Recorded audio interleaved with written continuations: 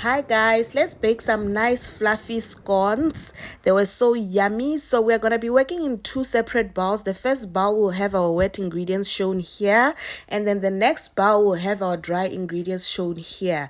And then we're going to start by preparing our wet mixture by cracking our eggs. 3 large eggs. I had extra large eggs, so I expected to have a little bit of a remainder of a mixture when I was done.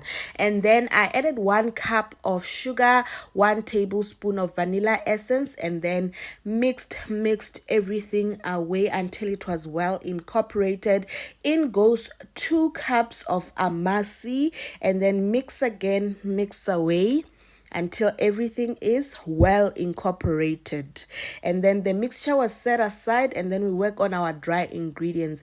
It was just 5 cups of self-raising flour. I grated in my margarine.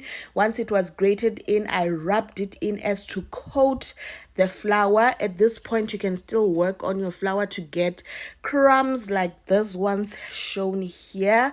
And then once you move to your mixing of wet ingredients, you need to be a little bit gentle. You don't want to overwork your flour. And then you mix in until the flour is a bit wet but not too runny. So you want to add the wet mixture in parts, because your amasi can be much more runnier than the one I have, or so forth. I had a little bit of a wet ingredients left, so I set them aside for brushing later.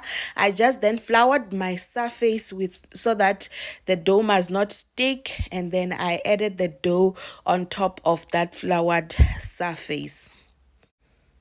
Once my dough was there, I just pressed it down and started cutting it with a medium-sized cutter, and then I laid the scones on a greased pan.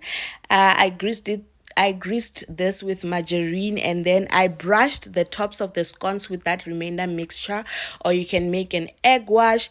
They went into the oven, which was set at 170, and then I baked them until golden, and look at that, so soft.